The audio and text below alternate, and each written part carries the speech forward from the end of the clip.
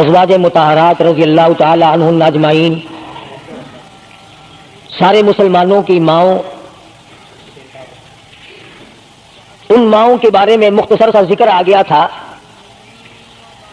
جن کو خداوند کریم نے اتنا نوازا کہ جبریل ان کو سلام کرتا تھا، عرش عظیم سے ان کو سلام آتے تھے۔ اللہ کا لاڈلا محبوب حضرت محمد الرسول اللہ صلی اللہ تعالی علیہ وسلم ان کی جھولی میں ہوتے تھے، پھر بھی کسی کو یہ چھٹی نہیں ملی کہ تم اتنے بڑے نبی کی بیویاں ہو، جاؤ کیا کرو گی نمازیں پڑھ کے،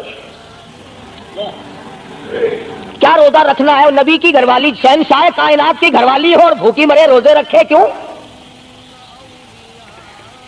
سردی میں وضو کرے، گرمی میں روزے رکھے، کیا مصیبت آئی ہے؟ امام الانبیاء کی گھر والی ہو کر اتنی محنت، کیا خدا کے یہاں کالی کملی والے صلی اللہ علیہ وسلم کی اتنی بھی نہیں چلے گی کہ اپنی ازواج مطہرات کا ہاتھ پکڑ کر جنت میں لے جائے اور اللہ میاں سے کہہ دے کہ میاں یہ تو میرا گھر ہے، اسے تو نہ چھیڑ؟ مگر ایسا نہیں ہے۔ امام الانبیاء محبوب کبریا حضرت محمد مصطفیٰ صلی اللہ تعالی علیہ وسلم کا گھر ہے۔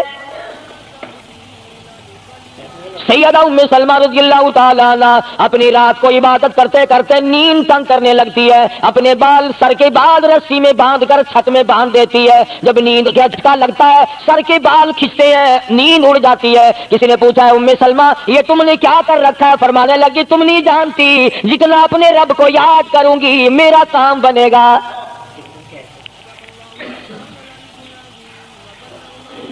کتنی نصیب ہوں گی وہ مائی جن سے شادی کرنے کے لیے محمد عربی صلی اللہ تعالی علیہ وسلم تشریف لائے۔ النبی اولا بالمؤمنین، قرآن کریم جا بجا تعریف کرتا ہے پیغمبر خدا صلی اللہ علیہ وسلم کا حرم ہے، حضور صلی اللہ علیہ وسلم کا گھر ہے، شہنشاہ کائنات کی پاکیزہ بیویاں ہیں۔ سیدہ ام سلمہ رضی اللہ تعالیٰ عنہ فرماتی ہیں میرا خامند ابو سلمہ میرا خامند تھا، میں اس کی گھر والی تھی، ہم دونوں میں بڑا پیار اور محبت تھا، بڑا ذوق اور شوق تھا۔ ایک دن بیٹھے بیٹھے آپس میں باتیں چل پڑی کہ جنت میں کون سی عورت آدمی کو ملے گی، کون سا مرد ملے گا۔ حضرت سلمان فرمانے لگے، ابو سلمہ فرمانے لگے میں تجھے بتا دیتا ہوں، میں نے سنا ہے مدنی کریم صلی اللہ علیہ وسلم سے اگر مرد عورت دونوں نیک ہوں، عورت مر جائے مرد دوسرا نکاح نہ کرے، وہی عورت جنت میں اس کے ساتھ جائے گی، اور اگر مرد مر جائے عورت دوسرا نہ نکاح کرے پھر وہ عورت اس کے ساتھ جنت میں جائے گی۔ ام سلمہ کہتی ہیں میں نے عرض کیا آؤ ہم تم دونوں عہد و پیمان کر لیں، وعدہ کر لیں، اگر آپ مر جاؤ تو میں شادی نہ کروں گی، میں مر جاؤں آپ شادی نہ کرنا، تاکہ جنت میں دونوں آرام سے رہیں گے۔ حضرت ابو سلمہ فرمانے لگے نہیں میری بات کو مان لینا، میرے بعد اگر میں مر جاؤں تو کسی سے نکاح کر لینا۔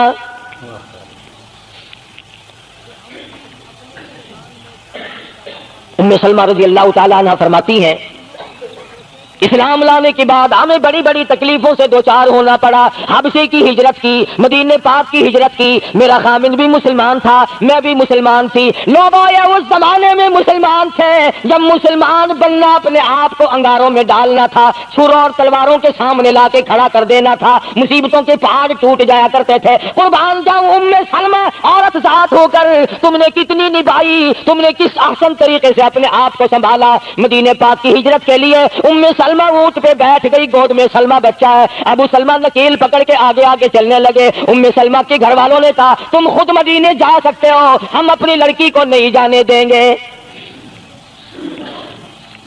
اسلام اور ایمان کی وجہ سے کس قدر مصیبتوں کے پہاڑ ٹوٹ رہے۔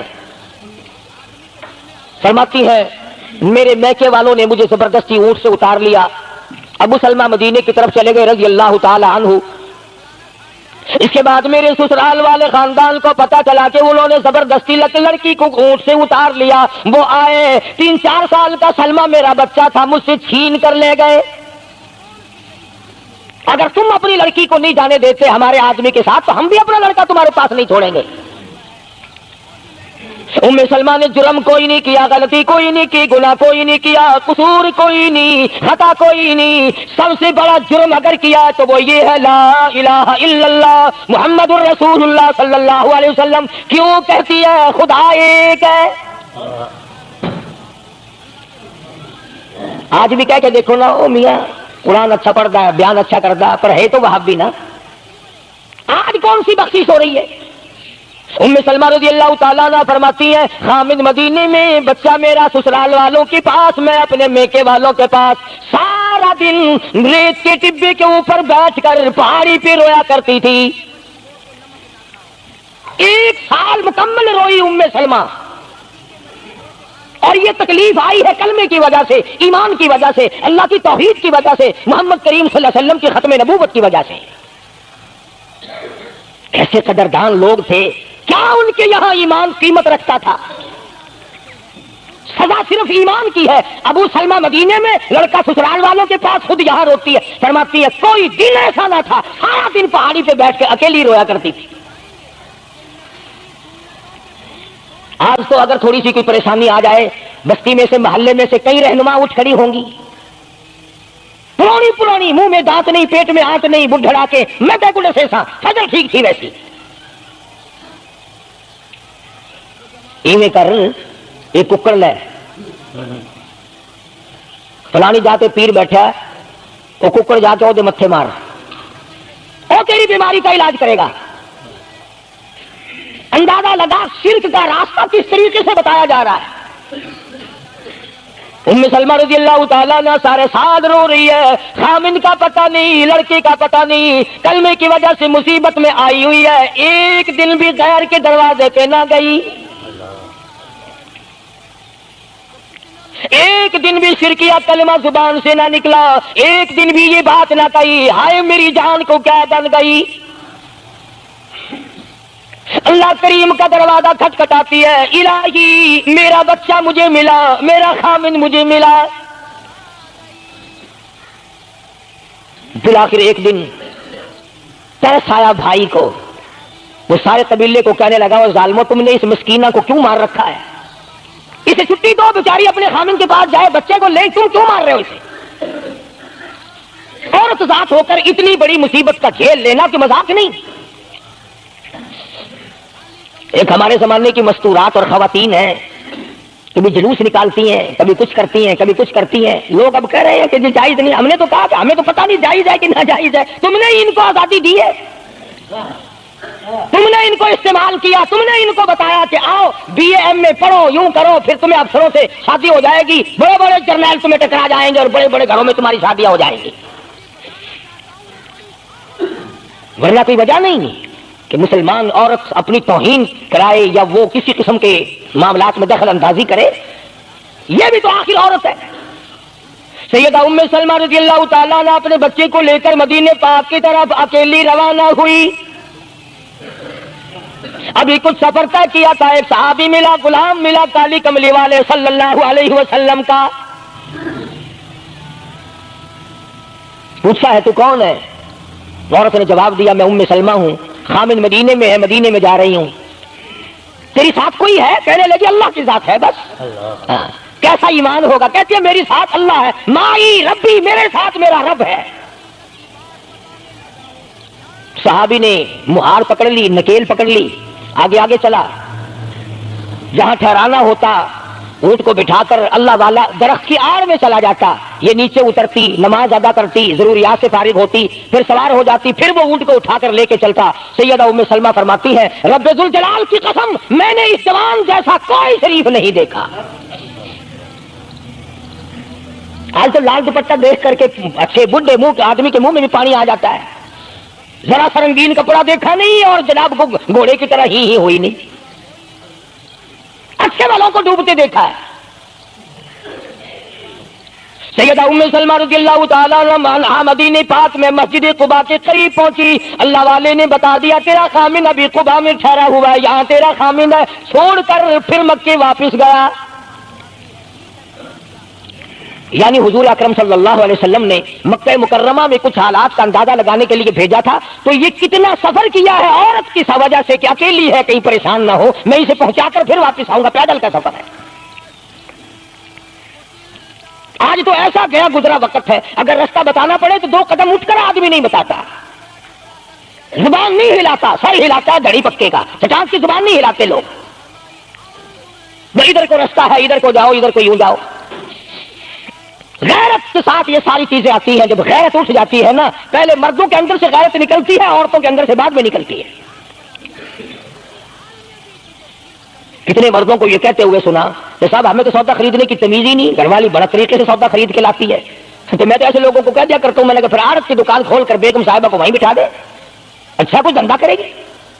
اللہ پاک جل شانہ نے فرمایا یا ایھا الذین آمنوا لا تدخلوا بیوتا غیر بیوتکم حتی تستأنسوا وتسلموا علی اہلہا ذالکم خیر لکم لعلکم تذکرون.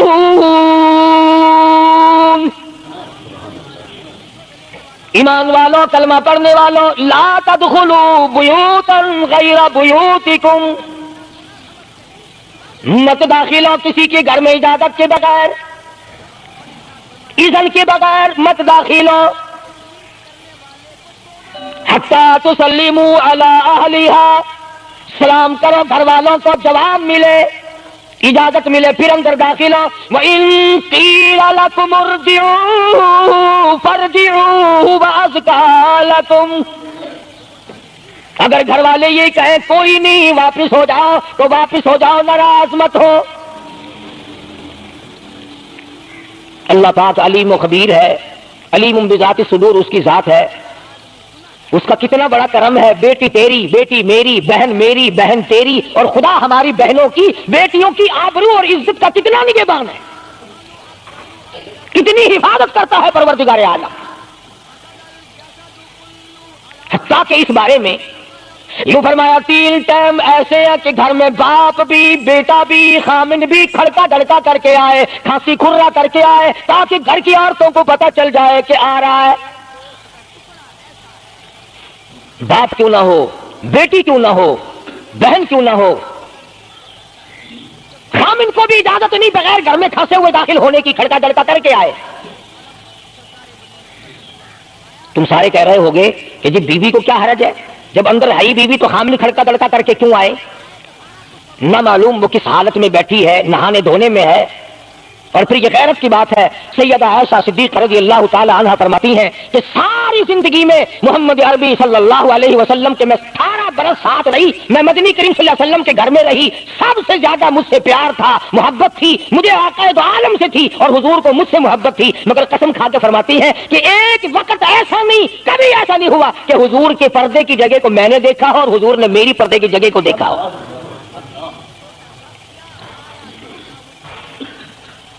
میاں بیوی نبی اور گھر والی ہے. تو یہاں پہ فرمایا من قبل صلاۃ الفجر، فجر کی نماز سے پہلے دکان سے اٹھ کر، بیٹھک سے اٹھ کر، گواڑ بیٹھک سے اٹھ کر، باہر سے آ کر نہانے دھونے کا وقت ہے، کپڑے بدلنے کا ٹائم ہے. نہ معلوم بہن کس حالت میں ہے، بیٹی کس حالت میں ہے، اماں کس حالت میں ہے. گھر والوں کو حکم ہے کہ کھڑکا دڑکا کر کے آؤ، دروازہ کھٹکھٹا دو، کواڑ بجا دو، تاکہ پتہ چل جائے کہ آ رہا ہے. من قبل صلاۃ الفجر وحین تضعون ثیابکم من الظہیرہ، ٹھیک دوپہر کے وقت، گرمیوں میں نہانے کا وقت ہے، کپڑے دھونے کا وقت ہے، سو جانے کا وقت ہے. ابا میاں آئیں گے، بیٹی نہ معلوم کس حالت میں ہے، اماں کس حالت میں ہے. ومن بعد صلاۃ العشاء، عشاء کی نماز کے بعد بھی 3 وقت قرآن کریم نے بتلائے کہ گھر والے بھی، خامند بھی، بیٹے بھی، مالک بھی، ابا بھی، بھائی بھی گھر میں کھڑکا دڑکا کر کے آئے. تو 3 وقتوں میں تو گھر والوں کو بھی اللہ نے یہ حکم دے دیا، اور ہم ایک دوسرے کے گھر میں گرم گرم گرم گرم یوں ہی آگ استے ہیں. میاں کی آنکھ میں سگریٹ لاؤنی تھی، تم پتہ نہیں تو سگریٹ لاؤنی ہے یا اتنے گھر دے وچ بھا لانی ہے یا ماچس لانی، کیا پتہ. بہرحال ہم نے قرآن کریم کے خلاف کرنا اور پھر منہ کی کھانی ہے، چلنا ہم نے اللہ اور اس کے رسول کے احکام کے خلاف ہے. اب عورت میں کوئی اسلام نے حکم دیا، آپ مسجد میں بیٹھے ہیں، باوضو بیٹھے ہیں، قبلہ رخ منہ کیا ہوا ہے سب نے، کوئی آدمی ایسا نہیں جو یہ بتا سکے کہ اسلام میں، دین میں، اللہ کے قرآن میں، حدیث پاک میں بد اخلاقی کی اجازت ہے، تلخ کلامی کرنے کی، بد اخلاقی کرنے کی، دوسرے پر حملہ کرنے کی اجازت ہے. لیکن قربان جاؤں، عزت اتنی بڑی شے ہے، آبرو اتنی بڑی دولت ہے کہ اللہ پاک نے عورت کو حکم دیا کہ اگر گھر میں بچہ نہ ہو، جواب دینے والا کوئی نہ ہو، اور کنڈی کھٹکھٹائے یا گھنٹی بجائے اور پوچھتا ہو کہ آواز لگا رہا ہو تیرے خامند کو، تو تو تلق کلامی کے ساتھ کہو یا نہیں ہے، کدھر گیا، مجھے کیا پتا کہاں گیا، مجھے بتا کے جاتا ہے، کوئی لکھ کے دے کے گیا ہے۔ پھر کبھی اگر تیرا خامند اس کو یوں کہے گا نا کہ یار جاتے ہوئے مجھے گھر سے بلا لینا، وہ کہے گا واسطہ خدا دا میں تینوں گھروں نہیں بلانا، تو زنانی تھی تھا گھر ڈھینڈ رکھی ہوئی ہو تو کھانڈیا بن جانا، کبھی بھی تیرے گھر کا رخ نہیں کرے گا۔ اور اگر یوں دروازے کے پاس، پردے کے پاس کھڑی ہو کر کے یوں کہے کہاں سے تشریف لائے ہیں آپ، تو میں فلاں دفتر سے آیا ہوں، اچھا بیٹھے کھلوا دیتے ہوں، تشریف لے آئیے۔ وہ تشریف لے آیا، ہاں گرم پیئیں گے یا ٹھنڈا پیئیں گے، اجی میں پی رکھا ہے، اجی نہیں تکلف سے کام نہ لیجیے، یہ گھر آپ کا ہی ہے، یوں نہیں کہتی میں بھی آپ بھی تیری ہوں، تکلف سے کام نہ لیجیے گا، یہ گھر آپ کا ہی ہے۔ جب اس طرح سے عورت بات کرے گی، وہ تو اگلے دن بھی بہانہ ڈھونڈ کر کے وہ تو میں چلتا چلتا دلہ دروازہ کھٹکھٹائے گا تیرا۔ اسلام نے تیری عزت بچانے کے لیے، تیری آبرو بچانے کے لیے، تیری آنکھوں سے لے سر کے بال سے لے کر تیرے پیروں کے ناخنوں تک کی حفاظت کی ہے۔ فرمایا وَلَا يَضْرِبْنَ بِأَرْجُلِهِنَّ لِيُعْلَمَ مَا يُخْفِينَ مِن زِينَتِهِنَّ، عورت کو حکم ہے کہ وہ پاؤں بھی ذرا آہستہ رکھے۔ بعض مرتبہ پیروں کی آہٹ سے پتہ چل جاتا ہے جوان ہے یا بوڑھی ہے، اور آج کل تو پتہ نہیں وہ اتنی لمبی لمبی کھری ہیں جیسے بیل کے سینگ نہیں ہوتے، ایسی ایسی کھری لگی ہوئی ہیں، پتہ نہیں چلتی کیسے ہیں، گرتی نہیں، ان کے گھٹنے نہیں ٹوٹتے۔ عوام کے مطلب کی تو وہ جوتی نہیں ہے، یہ فرسٹ لیڈی جو ہے نا، فرسٹ کلاس لیڈیاں، ان کے مطلب کی ہیں، وہ یہ پہنتی ہیں، ان کی کھوپڑی بھی خراب، ان کی کھری بھی خراب، دونوں چیزیں بگڑی ہوئی۔ قرآن کہتا ہے وَلَا يَضْرِبْنَ بِأَرْجُلِهِنَّ لِيُعْلَمَ مَا يُخْفِينَ مِن زِينَتِهِنَّ، پاؤں بھی سنبھال سنبھال کے رکھی، کوئی بے غیرتی تیرے پیروں کی نزاکت سے اندازہ نہ لگا لے کتنی حسین ہے۔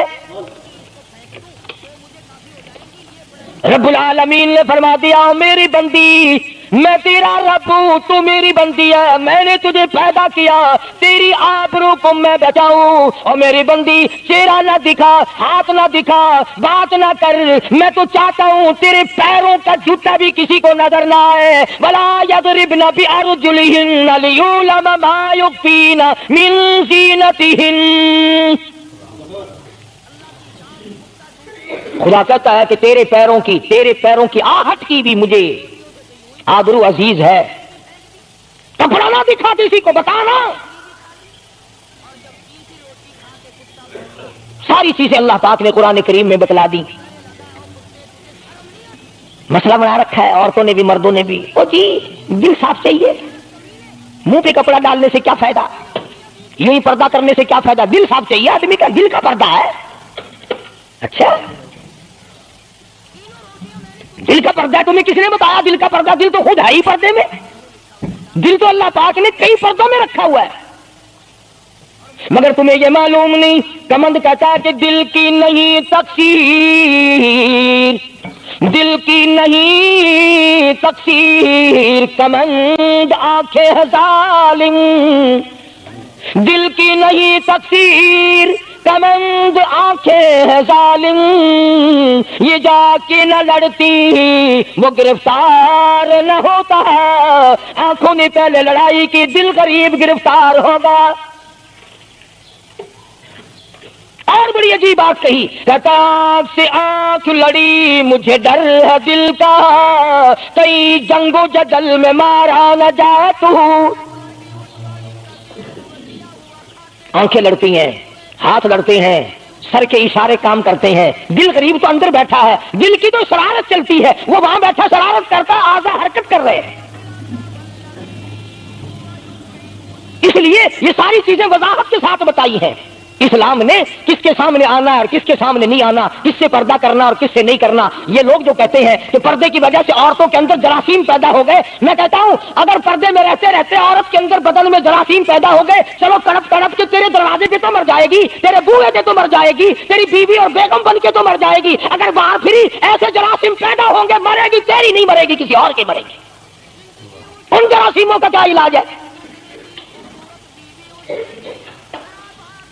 ننگا کھلا ملک بن گیا سارا۔ نبی کریم صلی اللہ تعالی علیہ وسلم کا دربار عالیہ ہے، کافر لڑکی کو میدان جنگ سے گرفتار کر کے لایا گیا، لڑنے آئی تھی، اپنے سپاہیوں کو گانے گا گا کر ابھارنے آئی تھی، مقابلہ کرنے آئی ہے محمد عربی سب کہہ دو صلی اللہ علیہ وسلم کا، صحابہ کرام کا مقابلہ کرنے آئی آ گئی۔ صحابہ کرام نے عرض بھی کیا، یا رسول اللہ کافر کی بیٹی ہے، میدان جنگ سے گرفتار ہو کے آئی ہے، غدار ہے، سزا کے قابل ہے، بے عزتی کے قابل ہے، آبرو ریزی کرنے کے قابل ہے، اس کا کیا احترام ہے؟ فرمایا اولادا ٹھیک ہے، بیٹی کافر کی ہے، اپنے باپ کے دروازے پہ بھی ننگی بیٹھے، میں محمد رسول اللہ صلی اللہ علیہ وسلم کے دروازے پہ بھی ننگی بیٹھے، فرق کیا ہوگا؟ اپنے باپ کے دروازے پہ بھی ننگے سر بیٹھے اور میرے دروازے پہ بھی ننگے سر بیٹھے، تو میرا دروازہ اور ان کا دروازہ کیا برابر ہے؟ شہنشاہ کائنات مدنی کریم صلی اللہ تعالی علیہ وسلم نے پوچھا کیا چاہتی ہے، کیا ارادہ ہے؟ اللہ اکبر۔ کافروں کو یہ یقین تھا کہ رحمت کا دریا ہے، کرم کا دریا ہے کالی کملی والے کی ذات اقدس صلی اللہ علیہ وسلم۔ آج ہمارا یقین نہیں، پھرتے ہیں ہمارے مارے۔ کافر کی بیٹی کہنے لگی مجھے تمہارے دریائے کرم سے بڑی امید ہے، مجھے آپ کے دریائے رحمت سے بڑی امید ہے، میری عزت بچا گئے، مجھے باعزت گھر پہنچا گئے، میرے گھر۔ جنگی قیدی کو یوں کون چھوڑتا ہے؟ بڑے بڑے سوالات پوچھے جاتے ہیں، تکلیفیں دی جاتی ہیں، بتا تمہارا اور کیا پروگرام ہے، تیرا بھائی کیا کرتا ہے، تمہارے سردار کیا کرتے ہیں۔ نعوذ باللہ اگر ہمارا زمانہ ہوتا، عرب کی حسین لڑکی ہو، خوبصورت لڑکی ہو اور گرفتار کر کے لائے، اگر ہمارا زمانہ ہوتا تو کیا اس کو باعزت سردار کے سامنے لاتے؟ پہلے ہی نہ ادھر ادھر کر دیتے۔ اب پکے غلام ہیں، بخشے ہوئے لوگ ہیں، جنت کے ٹھیکیدار ہیں۔ اگلے دن ایک مولوی تقریر کرتا ہوا کہہ رہا تھا روپیہ روپیہ دے جاؤ جنت لے جاؤ، جتیا کی 40 روپیے کوئی کردا نہیں، جنت لگ جاندی ہے۔ چلو سستا ہر چیز مانگی ہے، جنت سستی ہو گئی ہے۔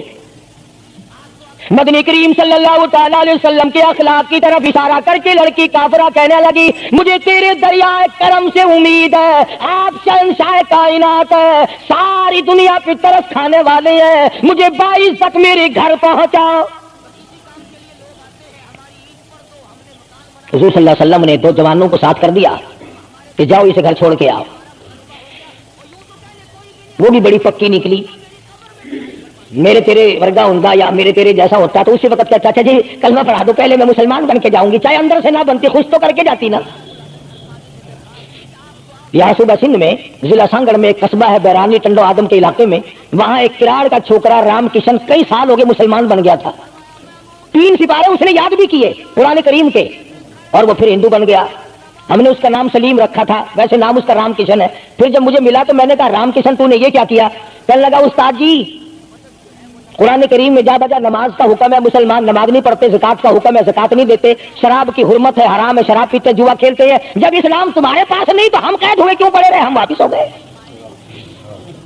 ہماری بدعمالیوں کی وجہ سے، ہماری بدماشیوں کی وجہ سے یہ ساری دنیا کے لوگ کافر مر رہے ہیں۔ اگر آج حضور کی سیرت کو عام کر دیا جائے ایک آدمی بھی کافر نہیں مر سکتا۔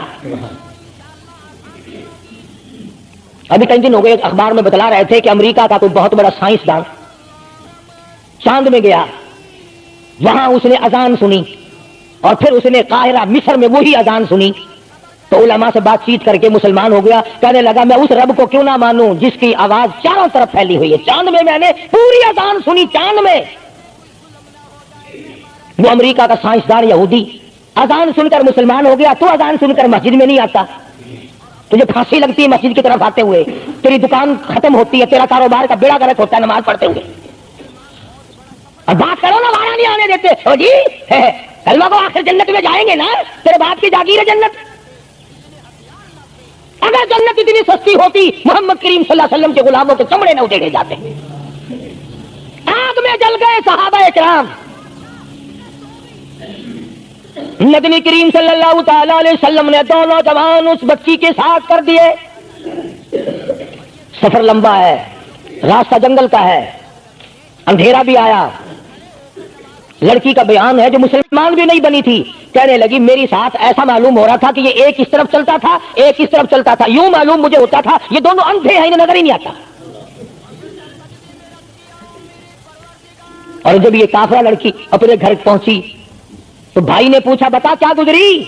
جوانی ہے, شباب ہے, حسن ہے, جمال ہے, قد و قامت ہے, شکل و صورت ہے, کیا بنی؟ تو جو جنگ میں گرفتار ہو کے گئی تھی کیا کیا؟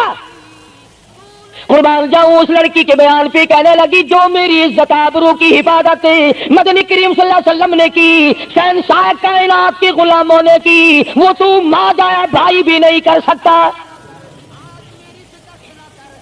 سگا بھائی ہو کر کے تو نہیں کر سکتا جو انہوں نے میری عزت کی حفاظت کی ہے. وہ بھائی بھی سمجھدار تھا, قریب آ کے کہنے لگا پھر کچھ کما کے بھی لائی؟ مطلب یہ کہ ایسے دربار سے خالی تو نہیں آئی, کلمہ پڑھا؟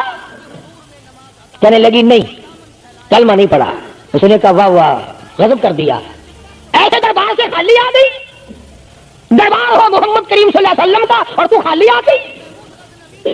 انہوں نے تیری ساتھ اتنا سلوک کیا کہ رحمت والی چادر جس کو دنیا دیکھنے کو ترستی ہے تجھے اڑا گئی, تیرے سر پہ ڈال دی. کہنے لگی نہیں میں نے کلمہ تو نہیں پڑھا. اور کہنے لگی کہ صرف اس وجہ سے نہیں پڑھا, میرا دل تو مجھے کہتا رہا کہ کلمہ پڑھوں, کہ اگر میں مسلمان ہو گئی میں یہاں ان لوگوں میں رہوں گی, جنت میں جاؤں گی, کہیں ایسا نہ ہو میرا بھائی جہنم میں نہ چلا جائے. اصل میں تجھے لینے آئی ہوں, دونوں چل کر اسلام قبول کریں گے. اور کہتی ہے منشا میری یہ ہے کہ چلو ڈھونڈے غلاموں کو, چلو ڈھونڈے غلاموں کو, شہنشاہ کر دیا جس نے زمانے بھر کے غلاموں کو, آقا کر دیا جس نے. اگر تم چاہتے ہو کہ امن ہو سارے زمانے میں تو پھر یہ دولت ہے پوشیدہ محمد کے خزانے میں. کہنے لگی دونوں چلتے ہیں, دونوں چل کر غلامی کریں گے. کبھی ہم دوسروں کی عزت کی حفاظت کیا کرتے تھے, آج اپنی آبرو سڑکوں پہ پھرتی ہے, شرم نہیں آتی, ڈوب کے نہیں مرا جاتا, چوڑے ہوئے بیٹھے ہیں. میری لڑکی بی اے پاس ہے, میری لڑکی ایم اے پاس ہے, پھر ہندوستان سے مقابلہ کرائے گا اس کا, اندرا کے نال کشتی کرانی ہے. ہوگا کیا اگر وہ ایم اے پاس ہوگی, کرے گی کیا سوائے اس کے کہ نہ روٹی پکائے نہ کپڑے دھوئے, تیری کھوپڑی مانج مانج کر کھاتی رہے, اور کیا کرے گی؟ رکھو دین سے دور اپنی بچیوں کو, پھر یہی نتیجے نکلیں گے جو آج ہو رہے ہیں. اللہ پاک جل شانہ نے محمد کریم صلی اللہ علیہ وسلم نے عزت کا مفہوم بتایا, تصور بتایا. مدنی کریم صلی اللہ تعالی علیہ وسلم کی سب سے پیاری گھر والی سیدہ عائشہ صدیقہ رضی اللہ تعالی عنہا قرآن کریم کی تلاوت فرما رہی ہے. کچے حجرے تھے, تیرا نبی تو ساری عمر جھوپڑیوں میں گزار کے چلا گیا, تیرے دماغ میں ہر وقت بنگلے رہتے ہیں, ہر وقت کوٹھیاں رہتی ہیں. او واسطہ خدا کا ان بچوں کو برباد نہ کرو, کوٹھی بنگلے کا راستہ نہ دکھاؤ, ان تمام کو قرآن کا راستہ دکھاؤ, مدنی کریم صلی اللہ علیہ وسلم کے دریائے کرم کا راستہ دکھاؤ. تم نے ان کو کہاں ڈال دیا؟ لوٹ مار کر کے کوٹھی بنانی ہے, رشوت بٹور کے کوٹھی بنانی ہے, حرام جمع کر کے بنگلہ بنانا ہے. حدیث پاک میں آتا ہے کئی مرتبہ آدمی بنگلہ کوٹھی بنا رہا ہوتا ہے اور اسے یہ پتہ بھی نہیں چلتا کہ میرا نام مردوں کی فہرست میں آ چکا. فرمایا مدنی کریم صلی اللہ تعالی علیہ وسلم نے بعد مرتبہ آدمی صحرا باندھ کر شادی کے لیے جا رہا ہوتا ہے اور اسے یہ پتہ بھی نہیں چلتا کہ میرا نام مردوں کی فہرست میں شمار ہو چکا. پھر یہ کیا چیزیں ہیں جن کے پیچھے ہم لوگ مر رہے ہیں؟ نبی کا کچا حجرا, حجرا تو کچا ہے پر جبریل غلامی کرتا ہے. جبریل آتا ہے روزانہ، رب کی رحمت برستی ہے، خداوند کریم کے سلام آتے ہیں۔ سیدہ عائشہ صدیقہ رضی اللہ تعالی عنہا قرآن کریم کی تلاوت فرما رہی ہیں۔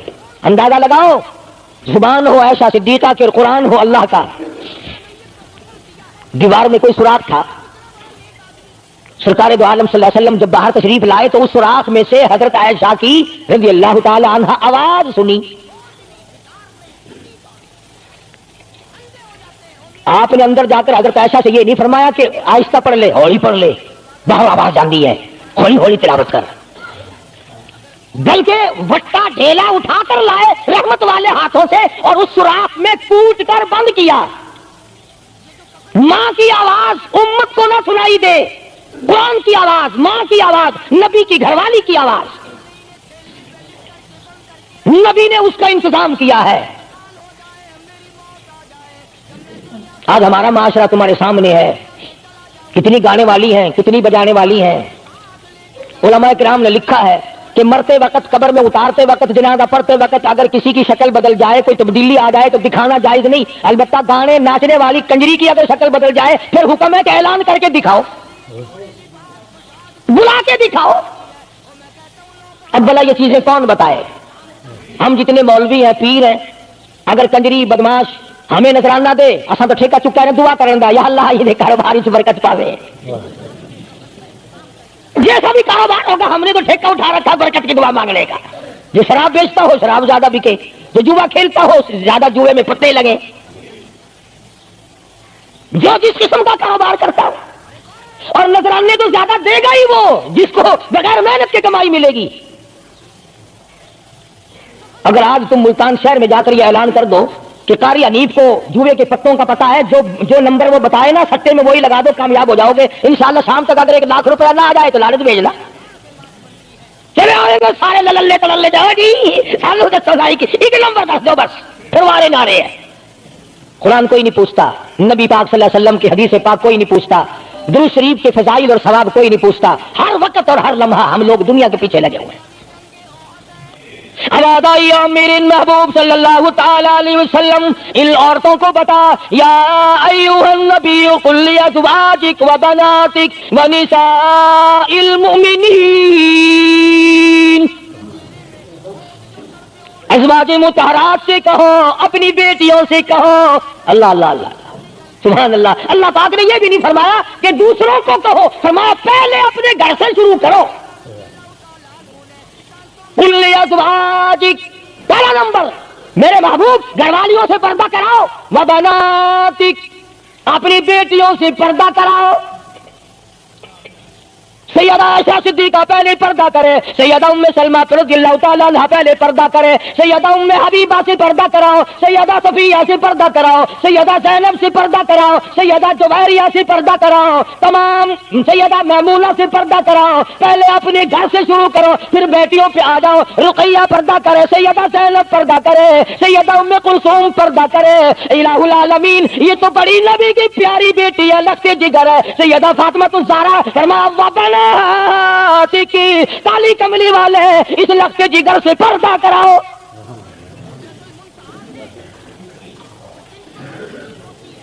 ہمارے یہاں کے جتنے قانون ہوں گے غیروں کے لیے، افسروں کے لیے کوئی قانون نہیں، افسروں کی بیوی بچوں کے لیے کوئی قانون نہیں۔ قانون آئے گا تو عوام کے لیے آئے گا۔ اور اسلام کا یہ کی شان دیکھو، خدا نے پہلے فرمایا یا ایھا النبی، اے کالی کملی والے، قل لازواجک، عائشہ سے پردہ شروع کر،